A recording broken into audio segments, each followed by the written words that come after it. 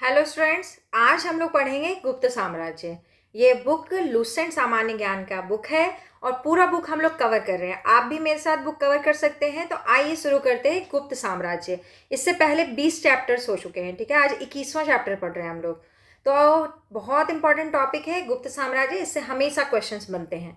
गुप्त साम्राज्य का उदय 3री शताब्दी के अंत में प्रयाग के निकट कौशाम्बी में हुआ। संभवतः गुप्त लोग कुषाणों के सामंत थे। गुप्त वंश का संस्थापक श्रीगुप्त, और इसका समय बताया गया है 240 से लेकर 280 ईस्वी तक, ठीक है। श्रीगुप्त का उत्तराधिकारी घटोत्कच हुआ और इसका समय काल बताया गया है 280 से लेकर 320 ईस्वी तक, ठीक है। तो यानी कि ये भी कितने सालों तक शासन किए? 40 वर्षों तक। और घटोत्कच भी लगभग 40 वर्षों तक शासन किया। गुप्त वंश का प्रथम महान सम्राट चंद्रगुप्त प्रथम था। यह 320 ईस्वी में गद्दी पर बैठा। इसने लिच्छवी राजकुमारी कुमार देवी से विवाह किया। इसने महाराजाधिराज की उपाधि धारण की। अगर कभी भी क्वेश्चन बनता है तो इसी प्रकार से बनता है कि महाराजाधिराज की उपाधि किसने धारण की थी? तो चंद्रगुप्त प्रथम ने, ठीक है। उपाधि से क्वेश्चन जनरली पूछे जाते हैं। गुप्त संवत, इसका समय है 319 से 320 ईस्वी। इसकी शुरुआत चंद्रगुप्त प्रथम ने की। चंद्रगुप्त प्रथम का उत्तराधिकारी समुद्रगुप्त हुआ, ठीक है। समुद्रगुप्त इंपॉर्टेंट हो जाता है, इसको पढ़ना पड़ेगा, जो 335 ईस्वी में राजगद्दी पर बैठा। इसने आर्यवर्त के 9 शासकों और दक्षिणावर्त के 12 शासकों को पराजित किया। इन्हीं विजयों के कारण इसे भारत का नेपोलियन कहा जाता है। बहुत सारे एग्जाम्स में पूछा गया है कि भारत का नेपोलियन किसको कहते हैं? याद रखिएगा, समुद्रगुप्त को कहते हैं। इसने अश्वमेधकर्ता, विक्रमंक एवं परम भागवत की उपाधि धारण की। इसे कविराज भी कहा जाता है। समुद्रगुप्त को हम लोग भारत का नेपोलियन भी कहते हैं और कविराज भी कहते हैं। समुद्रगुप्त विष्णु का उपासक था। समुद्रगुप्त संगीत प्रेमी था और ऐसा अनुमान उसके सिक्कों पर उसे वीणा वादन करते हुए दिखाया जाने से लगाया गया है। समुद्रगुप्त का दरबारी कवि हरिसेन था, जिसने इलाहाबाद प्रशस्ति लेख की रचना की थी, ठीक है। ये क्वेश्चन भी बहुत बार पूछा गया है, इंपॉर्टेंट लाइन है। एक चीनी स्रोत के अनुसार श्रीलंका के राजा मेघवर्मन ने गया जी में बुद्ध की मंदिर बनवाने की अनुमति प्राप्त करने के लिए समुद्रगुप्त के पास अपना दूत भेजा था। परम भागवत की उपाधि धारण करने वाला प्रथम गुप्त शासक समुद्रगुप्त था। गया एवं नालंदा से मिले 2 ताम्र लेख में समुद्रगुप्त को परम भागवत कहा गया है, ठीक है। याद करेंगे कि परम भागवत उपाधि किसकी थी? समुद्रगुप्त की थी। आगे बढ़ते हैं। समुद्रगुप्त का उत्तराधिकारी चंद्रगुप्त द्वितीय हुआ, जो 380 ईस्वी में राजगद्दी पर बैठा। इसके समय में चीनी बौद्ध यात्री फाहियान भारत आया। ये सबसे इंपॉर्टेंट लाइन है। किसके शासन काल में चीनी बौद्ध यात्री फाहियान भारत आया था? तो वो चंद्रगुप्त द्वितीय के शासन काल में आया। शकों पर विजय के उपलक्ष्य में चंद्रगुप्त द्वितीय ने चांदी के सिक्के चलाए। चंद्रगुप्त द्वितीय ने विक्रमादित्य की उपाधि धारण की। यह उपाधि इससे पूर्व 57 ईसा पूर्व में उज्जैन के शासक ने भी पश्चिमी भारत में शक क्षत्रपों पर विजय पाने के उपलक्ष्य में धारण की थी। हम लोग इतिहास में बहुत विक्रमादित्य सुनते हैं, ठीक है। चलिए, साब चंद्रगुप्त द्वितीय का राजकवि था। चंद्रगुप्त द्वितीय के समय में पाटलिपुत्र एवं उज्जैनी विद्या के प्रमुख केंद्र थे, यानी शिक्षा का प्रमुख केंद्र उस समय क्या था? पाटलिपुत्र और उज्जैनी था। अनुश्रुति के अनुसार चंद्रगुप्त द्वितीय के दरबार में 9 विद्वानों की एक मंडली निवास करती थी, जिसे 9 रत्न कहा गया है। महाकवि कालिदास संभवतः इसमें अग्रगण्य थे। कालिदास के अतिरिक्त इसमें धन्वंतरी थे, छपनक फलित ज्योतिष के विद्वान हैं, अमर सिंह कोशकार, शंकु वास्तुकार, वेताल भट्ट, घट करपर और वरामिहिर खगोल विज्ञानी हैं, एवं वर रुचि जैसे विद्वान थे, ठीक है। तो ये याद रखिएगा, ये सभी किसके शासन काल में या किसके दरबार में थे? तो चंद्रगुप्त द्वितीय के दरबार में थे। चंद्रगुप्त द्वितीय का संधि विग्रहिक सचिव वीरसेन शैव मतावलंबी था, जिसने शिव की पूजा के लिए उदयगिरी पहाड़ी पर एक गुफा का निर्माण करवाया था। वीरसेन व्याकरण, न्याय मीमांसा एवं शब्द का प्रकांड पंडित तथा एक कवि भी था, ठीक है। चंद्रगुप्त द्वितीय का उत्तराधिकारी कुमार गुप्त प्रथम या गोविंद गुप्त, जिसका समय काल बताया जा रहा है 415 ईस्वी से 454 ईस्वी, वो रहा, ठीक है। यानी कि चंद्रगुप्त द्वितीय का उत्तराधिकारी कुमार गुप्त प्रथम या गोविंद गुप्त था। नेक्स्ट पेज पर चलेंगे। नालंदा विश्वविद्यालय की स्थापना कुमार गुप्त प्रथम ने की थी। ये क्वेश्चन बहुत बार पूछा जा चुका है अब तक में कि नालंदा विश्वविद्यालय की स्थापना किसने की थी? कुमार गुप्त ने की थी। नालंदा का मठ विश्वविद्यालय एक महाविहार है क्योंकि यह विभिन्न आकारों के अनेक मठों का संकुल है। नालंदा के बारे में अधिकांश जानकारी चीनी यात्री हेन सांग के अभिलेखों पर आधारित है। इनमें कहा गया है कि एक मठ की नींव कुमार गुप्त प्रथम द्वारा 5वीं शताब्दी में डाली गई थी और यह निर्माण कार्य परवर्ती सम्राटों के शासनकाल में भी चलता रहा, जिन्होंने इस विलक्षण विश्वविद्यालय का कार्य संपन्न किया। इस बात के प्रमाण मिलते हैं कि बौद्ध धर्म के सभी 3 संप्रदायों कौन कौन, थेरवाद, महायान और वज्रयान के सिद्धांत यहाँ पढ़ाए जाते थे। चीन, तिब्बत, श्रीलंका, थाईलैंड, बर्मा और अनेक अन्य देशों के बौद्ध भिक्षु बौद्ध धर्म की शिक्षा प्राप्त करने के लिए नालंदा एवं इसके आसपास स्थित बोध गया तथा कुर्कीहार आदि केंद्रों में आते थे। ठीक है। कुमार गुप्त प्रथम का उत्तराधिकारी स्कंद गुप्त हुआ। कौन हुआ? स्कंद गुप्त हुआ और इसका समय है 455 से लेकर 467 ईस्वी। स्कंद गुप्त ने गिरनार पर्वत पर स्थित सुदर्शन झील का पुनरुद्धार किया। स्कंद गुप्त ने पर्णदत्त को सौराष्ट्र का गवर्नर नियुक्त किया। स्कंद गुप्त के शासन काल में ही हूनों का आक्रमण शुरू हो गया। ये क्वेश्चन भी बनता है कि हूनों का आक्रमण किसके शासन काल में शुरू हुआ? तो स्कंद गुप्त के शासन काल में शुरू हुआ। अंतिम गुप्त शासक विष्णुगुप्त था। ठीक है, ये भी क्वेश्चन पूछा जा चुका है अब तक में। अंतिम गुप्त शासक कौन था? देखिए, बार बार बताना कि ये क्वेश्चन भी पूछा गया है, ये क्वेश्चन भी पूछा गया है, इससे समय ही वेस्ट होगा। जनरली आप जानिए कि अगर आप लूसेंट का बुक पढ़ रहे हैं तो उसका हर एक लाइन इंपॉर्टेंट होता है और लगभग अब तक में जितना एग्जाम हो चुका है उस हिसाब से मोस्ट ऑफ द क्वेश्चंस पूछे जा चुके हैं और जो पूछने की संभावना भी रहती है वही यहाँ ऐड रहता है। इससे जनरली आप हर लाइन पर ध्यान रखिएगा। ठीक है। गुप्त साम्राज्य की सबसे बड़ी प्रादेशिक इकाई देश थी जिसके शासक को गोपना कहा जाता था। एक दूसरी प्रादेशिक इकाई भुक्ति या प्रांत थी जिसके शासक उपरिक कहलाते थे। क्या कहलाते थे? उपरिक कहलाते थे। भुक्ति के नीचे विषय या जिला नामक प्रशासनिक इकाई होती थी जिसके प्रमुख विषयपति कहलाते थे। ठीक है, विषय या जिला होगा तो उसका मुख्य प्रमुख आदमी कौन कहलाएगा? विषयपति कहलाएगा। पुलिस विभाग के साधारण कर्मचारियों को चाट एवं भाट कहा जाता था। ये याद करने में बहुत अच्छा रहेगा क्योंकि नाम ही बहुत अच्छा है, चाट एवं भाट। पुलिस विभाग का मुख्य अधिकारी जो होगा उसको दंडपासिक कहेंगे। ठीक है, जो कर्मचारी साधारण कर्मचारी रहेगा वो चाट भाट कहलाएगा और पुलिस विभाग का मुख्य अधिकारी जो होगा वो दंडपासिक कहलाएगा।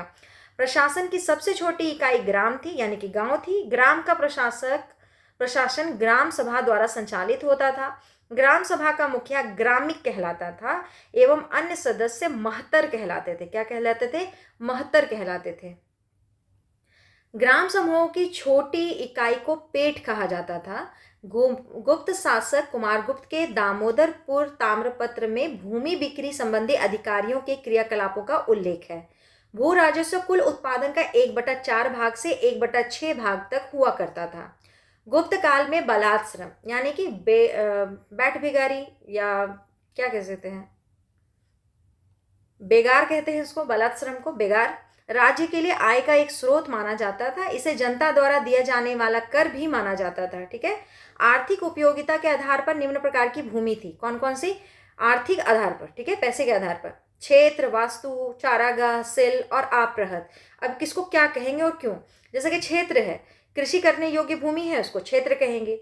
वास करने योग्य भूमि है तो वास्तु कहलाएगा। पशुओं के चारा योग्य भूमि है तो वो चारागाह भूमि कहलाती थी। ऐसी भूमि जो जोतने योग्य नहीं होती थी, यानी कि वहाँ खेती नहीं कर सकते, जोत नहीं सकते, उसको सिल कहते थे। और आप्रहत ऐसी भूमि जो जंगली होती थी उसको आप्रहत भूमि कहते थे। सिंचाई के लिए रहट या घंटी यंत्र का प्रयोग होता था। श्रेणी के प्रधान को ज्येष्ठक कहा जाता था। क्या कहते थे? श्रेणी के प्रधान को ज्येष्ठक। गुप्त काल में उज्जैन सर्वाधिक महत्वपूर्ण व्यापारिक केंद्र था। अगर कभी क्वेश्चन पूछ ले कि गुप्त काल में व्यापारिक केंद्र सबसे महत्वपूर्ण कौन था, तो उज्जैन था। गुप्त राजाओं ने सर्वाधिक स्वर्ण मुद्राएं जारी की। इनकी स्वर्ण मुद्राओं को अभिलेखों में दिनार कहा गया है। गुजरात के बाद गुप्त राजाओं ने बड़ी संख्या में चांदी के सिक्के जारी किए जो केवल स्थानीय लेन देन में चलते थे। ठीक है, अब आगे बढ़िए। एक कॉलम है गुप्तकालीन प्रसिद्ध मंदिर, और मंदिर से क्वेश्चन पूछा जा चुका है अब तक में बहुत बार, इसलिए ध्यान रखेंगे कि ये कॉलम हमको याद हो जाए। गुप्तकालीन प्रसिद्ध मंदिर, ये मंदिर है और ये स्थान है विष्णु मंदिर, तिगवा, जबलपुर, मध्य प्रदेश। ठीक है, कलर चेंज कर लेते हैं इसका। विष्णु मंदिर कहाँ है? तिगवा, जबलपुर, मध्य प्रदेश में है। शिव मंदिर भूमरा, नागौदा, मध्य प्रदेश में है। पार्वती मंदिर नैना कुठार, मध्य प्रदेश में है। दशावतार मंदिर, इसके बारे में क्वेश्चन पूछता है जनरली, ईंटों द्वारा निर्मित है। देवगढ़ ललितपुर, उत्तर प्रदेश में है। शिव मंदिर खो, नागौद, मध्य प्रदेश में है। और लक्ष्मण मंदिर ईंटों द्वारा निर्मित मंदिर है, ये भीतरगांव, कानपुर, उत्तर प्रदेश में स्थित है। ठीक है, तो चले आगे, अगले पेज पर हम लोग चलते हैं। ये देखिए, कायस्थों का सर्वप्रथम वर्णन याज्ञवल्क्य के स्मृति में मिलता है। जाति के रूप में कायस्थों का सर्वप्रथम वर्णन ओशनम स्मृति में मिलता है। विंध्य जंगल में सबर जाति के लोग अपने देवताओं को मनुष्य का मांस चढ़ाते थे। ठीक है, विंध्य जंगल में, ऐसे भी हम लोग सबर जनजाति के बारे में पढ़ते हैं। पहली बार किसी के सती होने का प्रमाण 510 ईस्वी के भानुगुप्त के एरन अभिलेख से मिलता है। ये क्वेश्चन बहुत बार पूछा जा चुका है, जिसमें किसी भोजराज की मृत्यु पर उसकी पत्नी के सती होने का उल्लेख मिला है। गुप्त काल में वैश्यावृत्ति करने वाली महिलाओं को गणिका कहा जाता था और वृद्ध वेश्याओं को कुटनी कहा जाता था। गुप्त सम्राट वैष्णव धर्म के अनुयायी थे तथा उन्होंने इसे राजधर्म बनाया था। विष्णु का वाहन गरुड़ जो है वो गुप्तों का राज चिन्ह था। ये क्वेश्चन भी पूछा गया है। गुप्त काल में वैष्णव धर्म संबंधी सबसे महत्वपूर्ण अवशेष देवगढ़ जिला ललितपुर का दशावतार मंदिर है। ठीक है, इसको जरूर याद रखेंगे। यह बेतवा नदी के तट पर स्थित है। अजंता में निर्मित कुल 29 गुफाओं में वर्तमान में केवल 6 ही शेष हैं, जिनमें गुफा संख्या 16 एवं 17 ही गुप्तकालीन है। इसमें गुफा संख्या 16 में उत्कीर्ण मरनाशन राजकुमारी का चित्र प्रशंसनीय है। ठीक है, 16 नंबर पे। और गुफा संख्या 17 जो है उसके चित्र को चित्रशाला कहा गया है। इस चित्रशाला में बुद्ध के जन्म, जीवन, महाभिनिष्क्रमण और महापरिनिर्वाण की घटनाओं से संबंधित चित्र उद्धृत किए गए हैं। अजंता की गुफाएं बौद्ध धर्म की महायान शाखा से संबंधित है। ठीक है, नेक्स्ट चलेंगे। एक नोट है यहाँ पर, अजंता की चित्रावली में ईसा की पहली सदी से लेकर 7वीं सदी तक के चित्र शामिल हैं, फिर भी अधिकतर गुप्तकालीन ही हैं। गुप्त काल में निर्मित अन्य गुफा बाग की गुफा है, जो बाग जिला धार मध्य प्रदेश नामक स्थान पर विंध्य पर्वत को काटकर बनाई गई थी। ठीक है, इंपॉर्टेंट है, इसको जरूर याद रखेंगे। गुप्त काल में विष्णु शर्मा द्वारा लिखित पंचतंत्र संस्कृत भाषा की है, को संसार का सर्वाधिक प्रचलित ग्रंथ माना जाता है। बाइबल के बाद इसका स्थान दूसरा है। इसे 5 भागों में बांटा गया है। कौन कौन? मित्र भेद, मित्र लाभ, संधि विग्रह, लब्ध प्रनाश और अपरीक्षा कारित्व। ठीक है, 5 हो गए। आर्यभट्ट ने आर्यभट्टयम एवं सूर्य सिद्धांत नामक ग्रंथ लिखे। उसने सूर्य ग्रहण एवं चंद्र ग्रहण के वास्तविक कारण बताए, जो आजकल हम लोग साइंस में पढ़ते हैं, क्योंकि पहले का अवधारणा अलग था और अब हम लोग जो सूर्य ग्रहण और चंद्र ग्रहण का जो अवधारणा है हमारा, वो अलग है। आर्यभट्ट पहला भारतीय नक्षत्र वैज्ञानिक थे जिसने घोषणा की कि पृथ्वी अपनी धुरी पर घूमती है। वराहमिहिर ने बृहत संहिता, पंच सिद्धांत बृहजाक और लघु जातक की रचना की। बृहत संहिता में नक्षत्र विद्या, वनस्पति शास्त्र, प्राकृतिक इतिहास और भौतिक भूगोल के विषयों पर चर्चा की गई है। ठीक है, इस टाइप का क्वेश्चन आता है। बुक कौन है और उसको लिखने वाले कौन है और उसमें क्या क्या चर्चा हुआ है। ठीक है, ब्रह्मगुप्त इस युग के महान नक्षत्र वैज्ञानिक एवं गणितज्ञ थे। उसने यह घोषणा करके न्यूटन के सिद्धांत की पूर्व कल्पना कर ली कि प्रकृति के एक नियम के अनुसार सभी वस्तुएं पृथ्वी पर गिरती हैं, क्योंकि पृथ्वी स्वभाव से ही सभी वस्तुओं को अपनी ओर आकर्षित करती है। यानी गुरुत्वाकर्षण का सिद्धांत पहले ही आ गया था, लेकिन बस नाम नहीं हुआ कि वो गुरुत्वाकर्षण बल है। गुप्त काल में पल कानव ने पशु चिकित्सा पर हस्त आयुर्वेद लिखा। नवनीतकम की रचना गुप्त काल में ही की गई, ये इंपॉर्टेंट है। इस पुस्तक में नुस्खे, सूत्र और उपचार विधियां दी गई हैं। पुराणों की वर्तमान रूप में रचना गुप्त काल में हुई। ठीक है, इसमें ऐतिहासिक परंपराओं का उल्लेख है। संस्कृत गुप्त राजाओं की शासकीय भाषा थी। अगर कभी भी पूछे कि गुप्त राजाओं की शासकीय यानी कि शासन चलाता था जिस भाषा पर, वो कौन सी थी, तो संस्कृत भाषा था। गुप्त काल में चांदी के सिक्कों को रुपया कहा जाता था। याज्ञवल्क्य, नारद, कात्यायन एवं बृहस्पति स्मृतियों की रचना गुप्त काल में ही हुई थी। मंदिर बनाने की कला का जन्म गुप्त काल में ही हुआ। त्रिमूर्ति की अवधारणा का विकास गुप्त काल में ही हुआ। गुप्त वंश के शासकों ने मंदिरों एवं ब्राह्मणों को सबसे अधिक ग्राम अनुदान में दिए। ठीक है, और जमीन जो है मंदिर बनाने के लिए या ब्राह्मणों को देने में सबसे अधिक जमीन यही लोग दिए। ठीक है, गुप्त लोग ही दिए थे। ठीक है, गुप्त काल लौकिक साहित्य की सर्जना के लिए स्मरणीय है। भास के 13 नाटक इसी काल के हैं। शूद्रक का लिखा नाटक मृक्षकटिकम या माटी का खिलौना गाड़ी, जिसमें निर्धन ब्राह्मण के साथ वैश्या का प्रेम वर्णित है, प्राचीन नाटकों में सर्वोत्कृष्ट माना जाता है। ठीक है, मृक्षकटिकम। देवी चंद्रगुप्तम विशाख दत्त की संस्कृत नाटक है। यह गुप्त राजा रामगुप्त की कहानी है, जो अपनी रानी ध्रुव देवी को एक शक आक्रमणकारी को सौंपने का फैसला करता है, लेकिन उसका छोटा भाई चंद्रगुप्त रानी के भेष में दुश्मन के शिविर में प्रवेश करता है और दुश्मन को मार डालता है। कालिदास की कृति अभिज्ञान शकुंतलम, राजा दुष्यंत एवं शकुंतला की जो प्रेम कथा है, ठीक है, वो तीसरी भारतीय रचना है जिसका अनुवाद 1789 में यूरोपीय भाषाओं में हुआ। यानी कि ये तीसरी वैसी रचना है जिसको 1789 के में यूरोपीय भाषा में उसको ट्रांसलेट किया गया। तो फिर बता रहा है आपको कि ऐसी प्रथम एवं द्वितीय रचना क्रमशः मनुस्मृति एवं भागवत गीता है। यानी कि सबसे पहला पुस्तक आपका मनुस्मृति है, जिसको यूरोपीय भाषा में ट्रांसलेट किया गया, जो कि 1776 ईस्वी में किया गया। फिर दूसरा बुक है भगवत गीता, जिसको 1785 ईस्वी में किया गया। और तीसरा बुक था अभिज्ञान शकुंतलम, जिसको 1789 ईस्वी में यूरोपीय भाषाओं में क्या किया गया, ट्रांसलेट किया गया। सांस्कृतिक उपलब्धियों के कारण गुप्त काल को भारतीय इतिहास का स्वर्ण युग कहा जाता है। ठीक है, ये तो हम लोग हमेशा इस लाइन को पढ़े हैं, सुने हैं और क्वेश्चन भी पूछा जाता है। नगरों का क्रमिक पतन गुप्त काल की महत्वपूर्ण विशेषता थी। तो चलिए, हम लोगों का जो बुक है लूसेंट सामान्य ज्ञान, उसमें हम लोग पढ़ लिए कि हम लोग को गुप्त साम्राज्य, गुप्त वंश से कितना इंपॉर्टेंट चीज़ दिए गए हैं।